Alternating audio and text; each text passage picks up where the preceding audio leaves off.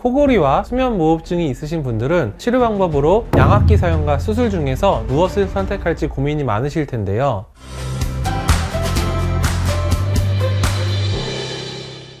안녕하세요. 잘 재워줄게. 잠 못 드는 이들을 위한 수면 길라잡이 닥터지지 조영훈 원장입니다. 코골이와 수면무호흡증 증상이 있어서 적극적으로 치료를 원하시는 분들 중에 다수가 고민하는 것이 바로 수술을 해야 될지 아니면 양압기와 같은 비수술적 치료 방법을 선택해야 할지일 거라고 생각이 되는데요. 그래서 오늘 영상에서는 코골이와 수면무호흡증을 치료하기 위한 선택으로 양압기와 수술 중에서 어떤 방법이 더 합리적인지 그 현명한 선택을 딱 알려드리는 시간을 가져보도록 하겠습니다. 우선 양압기 사용과 수술 중에 어떤 방법이 더 합리적인지 말씀드리기 앞서서 코골이와 수면무호흡증을 왜 방치하면 안 되는지, 이를 꼭 치료해야 되는 이유는 무엇인지부터 말씀드리도록 하겠습니다. 코골이와 수면무호흡증은 단순한 수면 방해가 아니라 호흡이 반복적으로 중단돼서 혈액 내의 산소 농도가 떨어지는 심각한 질환입니다. 이를 단기간 방치할 경우 저산소증이 지속되어 심장과 뇌에 만성적인 부담을 주며 고혈압, 부정맥, 협심증 등 심혈관 질환 위험을 높일 수 있습니다. 특히 수면 중에 산소 공급 부족은 뇌의 혈류를 저하시켜서 기억력 저하와 치매 발병 위협을 가속화시킬 수 있기 때문에 주의해야 합니다. 이외에도 호흡 중단과 재개 과정에서 교감신경이 과도하게 활성화되면 당뇨병과 같은 대사질환 발생률도 증가시킬 수 있어서 코골이와 수면무호흡증 증상이 있다면 조기 진단과 적절한 치료를 통해 반드시 관리해야 한다고 하겠습니다.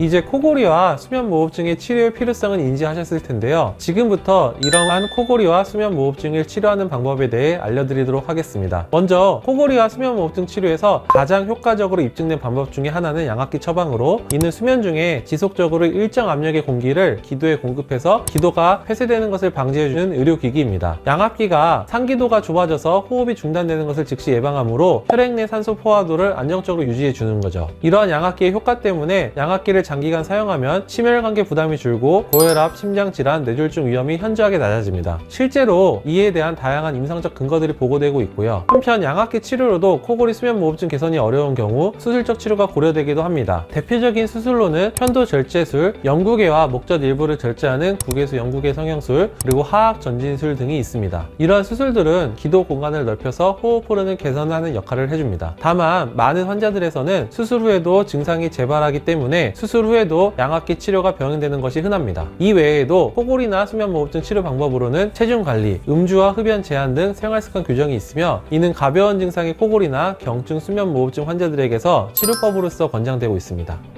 그러면 오늘 영상의 본론이죠. 코골이와 수면무호흡증 치료에 일반적으로 처방되는 양압기 사용과 그리고 수술 중에서 어떤 치료가 방법이 더 효과적인지 지금부터 말씀드리도록 하겠습니다. 결론부터 말씀드리면 저는 수술보다는 양압기 사용을 통한 수면무호흡증 치료를 더 권장드리고 있는데요. 양압기 처방은 내과적으로 비수술적으로 기도를 확실하게 열어주는 표준 치료법으로서 다양한 연구에서 심혈관 위험 감소와 임상적 개선 효과가 우수함이 검증된 바 있습니다. 물론 수술적 치료 방법도 해부학적으로 좋아진 환자들, 일부 환자들에서는 꼭 필요한 처방일 수 있으나 앞서 말씀드린 것처럼 수술 후에도 재발 가능성이 높다는 점, 그리고 수술 후에 합병증 위험이 동반된다는 점에서 양압기 사용보다는 그리 많이 추천드리고 있지는 않습니다. 실제로 수술은 기도 구조에 직접적으로 변화를 주기 때문에 일시적으로 호전이 가능하지만 오히려 장기적 효과가 일정하지 않은 경우들이 많고, 또한 마취와 회복 과정에서 출혈, 감염 등 위험성이 존재할 뿐만 아니라 수술 후에 목의 이물감 등 만족도도 일률적이지 않아서 그렇게 많이 권장드리지 않습니다.